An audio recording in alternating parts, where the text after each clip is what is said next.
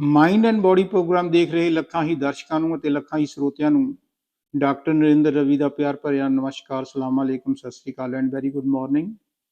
आज का जो साडा आज का जो टॉपिक है ना हमारा, वो है देखने में फर्क।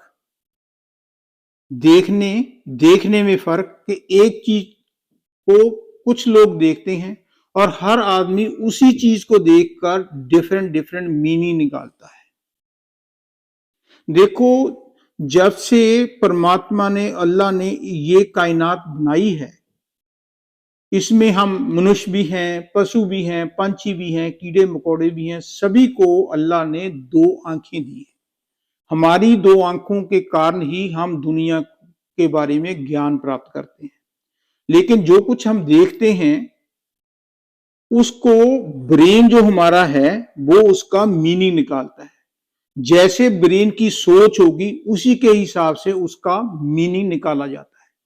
जैसे कि देखने में फर्क, आंखें वही दो हैं लेकिन दोनों एक चीज को देखने के लिए दो लोगों के डिफरेंट विचार होते हैं। कबीर साहब एक मुस्लिम सेंट हुए हैं, उन्होंने बड़ी सुंदर एग्जाम्पल इसके बारे में दी है, आंखों के बारे में, कि अख दे विच फर्क हुंदा,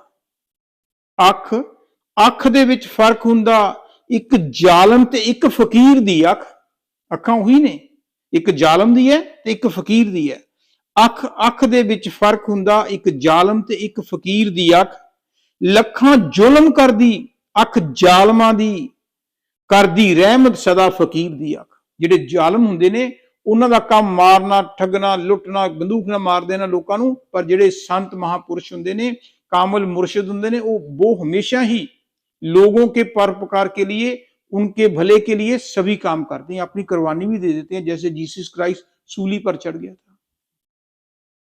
देखो, बात सिंपल है कि एक बार मैं से एग्जांपल देकर मैं समझा देता हूं। कुछ नौजवान लाहौर में अनारकली का प्रोस्टिट्यूशन, जब मुजरे का बाजार मशहूर है, मुझे नहीं पता अब है या नहीं, मैंने गूगल में पढ़ा था। कुछ नौजवान नारकली बाजार से जा रहे थे, वहां पर घरों के आगे लाइट चलती है तो उसका मतलब है कि मुजरा अंदर चल रहा है। तो उन दो तीन जो फ्रेंड थे उन्होंने कहा चल यार लाइट चल रही है, चलो मुजरा जाकर आज ऐश करते हैं। तो वो अंदर चले गए, लाइट देखी उन्होंने, तो उनके मन ने कहा कि अंदर चलकर मुजरा देखते हैं, वो मस्ती मौज मस्ती करेंगे।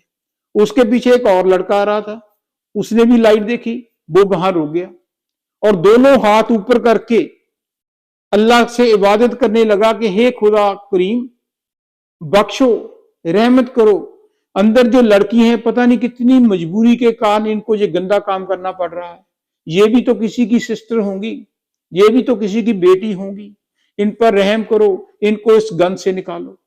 कहने का मेरा मतलब ये है कि आंख उन्होंने भी देखी, वो अंदर चले गए मुजरा देखने, आंख इसने भी देखी, तो इसकी सोच डिफरेंट होती है। इसीलिए होता है कि हर आदमी की जो सोचने का ढंग होता है ना, वो डिफरेंट होता है, ठीक है ना जी। इसीलिए कहा जाता है कि देखो, आंख तो सभी की है। मक्खी की आपको मैं एग्जांपल दूं, मुझे याद आ गया, मक्खी की भी दो आंख है लेकिन उसमें लेंस जो है 80 हैं, 80, जबकि हमारे दो लेंस ही होते हैं।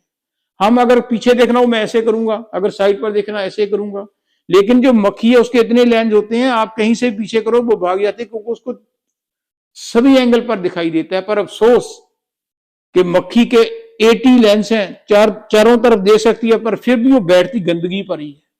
इसी तरह हमारे पास परमात्मा ने अकल दी है, बुद्धि दी है, कॉन्शियस आत्मा दी है, रूह है हमारे पास, वो साक्षात परमात्मा हमारे अंदर है, फिर भी हम बुरे काम करने में कोई हेजिटेट नहीं करते। देखो, मैं आपको एक छोटा सा एग्जाम्पल बता रहा हूं कि कैसे बुरी सोच अच्छी भी होती है, बुरी भी होती है। कि एक गांव में एक परिवार था, उसमें मां बाप और उसका बेटा था। बेटा जब स्कूल में ग्रेड 12 किया, वो बाहर जाना चाहता था और माँ बाप ने उसकी इच्छा पूरी करने के लिए, क्योंकि वो इतनी अमीर तो नहीं थे, उनके पास थोड़ी सी जमीन थी, तो उन्होंने अपनी जमीन बेचकर बेटे की जो फीस होती है, कनाडा भेजना था उसको, जमीन बेचकर उसकी फीस दी, ट्रैवल एजेंट्स के दिए, जो भी कुछ है खर्चा दिया उसको, खुशी खुशी उसको कनाडा भेज दिया कि जब ये कनाडा स्टडी करके आएगा, पक्का हो जाएगा तो बहुत पैसे कमाएगा, तो उस पैसों से हम फिर वापस जमीन ले लेंगे। माँ बाप का ये सोचना था। लड़का गया, जब लड़का गया तो मेहनत की उसने, एवरी डे अपनी मेहनत करता था। तो उसको जब स्टडी कंप्लीट हुई तो उसको वर्क परमिट मिल गया। जब वर्क परमिट मिला, एक तरफ वर्क परमिट मिला, दूसरी तरफ इंडिया से फोन आया कि तेरे पापा जी, तेरे डैड, तेरा अब्बू, वो he is expired, he is no more. अब वो लड़का को के नया नया उसको पीआर मिली थी, वर्क परमिट मिला था, पैसे भी नहीं थे, तो इसलिए वो मजबूरी बस इंडिया में जा नहीं सका माँ बाप के फ्यूनरल में, तो उसको सुपुर्दे खाक कर दिया गया। 2 साल के बाद वो उसी लड़के जो कनाडा में रहता था उसकी शादी होगी वहीं से किसी लड़की की, और 1 साल के बाद लड़का हो गया। उन्होंने एक टाउन हाउस भी ले लिया। उस टाइम जो लड़का पहले एवरी डे माँ को फोन करता था फादर की डेथ के बाद, दुख सुख में कहना कि मम्मी फिक्र ना करो, ऐसे हो जाएगा, मैंने ये कर लिया, वो कर लिया, मैं शादी करवा ली, अब तुम्हारा पोता हो गया, ग्रैंडसन हो गया। तो अचानक जब ग्रैंडसन हुआ, शादी हुई, तो वो जो पहले एवरीडे करता था वो 1 महीना, कभी कभी 6 महीने फोन ही नहीं करता था। माँ तो माँ ही होती है, कहती कि शायद बिजी हो गया होगा, कोई बात नहीं। फोन लिखती है एवरीडे कि अभी बेल होगी, अभी बेल होगी, पर नहीं आती थी, 6 महीने टप जाते थे।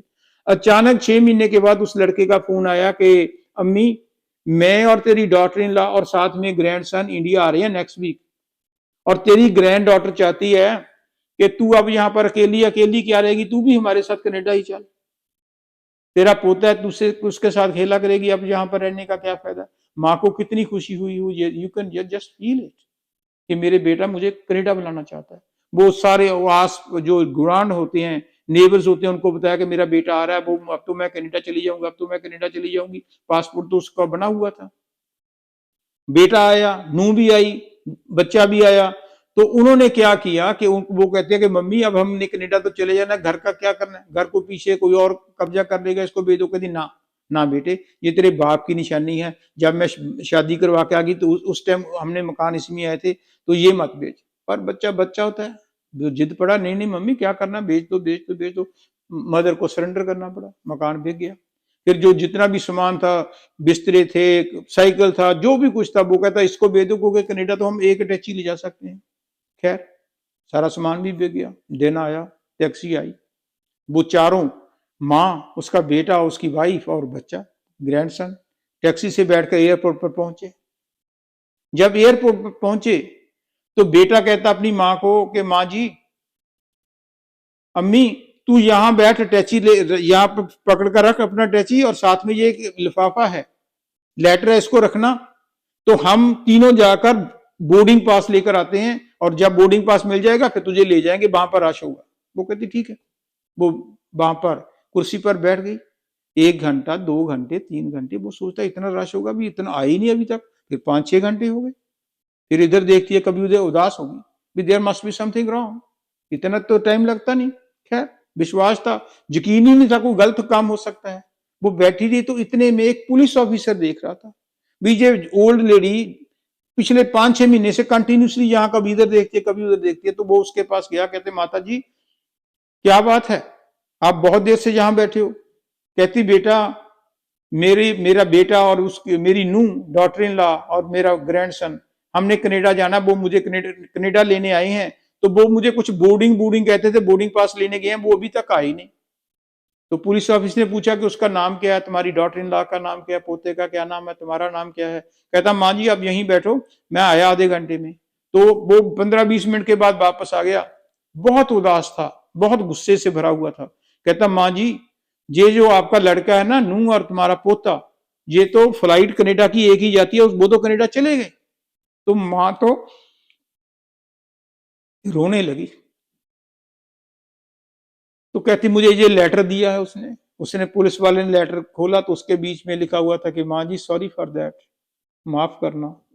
तेरी नूह जिद कर रही थी कि जो टाउन हाउस लिया है वहां पर इंटरेस्ट रेट कनाडा में बढ़ गए, मॉर्गेज देनी है, तो मॉर्गेज से अच्छा है कि माँ वहां पर अकेली क्या करेगी, वो मकान बेच दो, मकान बेच कर हमने मॉर्गेज पूरी देनी है। आपको इसलिए नहीं साथ ले जा सकते क्योंकि हम दोनों तो काम पर जाते हैं और पोता स्कूल जाता है, आपकी लुक आफ्टर कौन करेगा। तो ऐसे करना, मैंने इस लेटर में 5,000 रुपया रखा है, इंडियन रुपीस, जब पाकिस्तानी रुपीस कुछ भी मान लो। तो वो ऐसे करना कि किसी भी टैक्सी वाले को बुलाकर, जो इस शहर में जो वृद्ध आश्रम होते हैं ओल्ड लोगों के लिए, तो कोई भी जो नजदीक हो वहां पर चले जाना। आप अकेले गांव में कहाँ रहोगे, तो आप वृद्ध आश्रम में रोटी पानी फ्री मिलती है तो आप वहां रहना। लेडीज बस उससे कंट्रोल नहीं हो रहा था, और साथ में जो पुलिस ऑफिसर बैठा था उसकी आंख में आंसू। ये कैसा बच्चा है, देखना उसने उसे उसने भी देखा था अपनी माँ को, देखा पुलिस ऑफिसर ने तो उसकी आंख में आंसू आए। तो 2-4 मिनट रुकने के बाद पुलिस वाला कहता, उसने फोन किया अपनी वाइफ को घर में, तो कहता माँ जी कोई बात नहीं, फिक्र मत करो, अगर आपका बेटा आपको छोड़कर चला गया, मैं तेरे साथ हूं। तेरी नूह भी है, उसने मुझे फोन कर कहा कि इसको वृद्धाश्रम में मत भेजना, इसको घर में लेकर आना, तू मेरे साथ चल। देखने वाली आंखें वही थी, एक जो दिल पेट से निकला हुआ था वो छोड़ गया, दूसरा जिसको जानती नहीं थी वो अपने घर ले गया। कहता मेरी मां बचपन में से नहीं है, अब मुझे सेवा करने का मौका मिलेगा। तो बस यही कहना था, अब मैं और आगे नहीं कह सकता।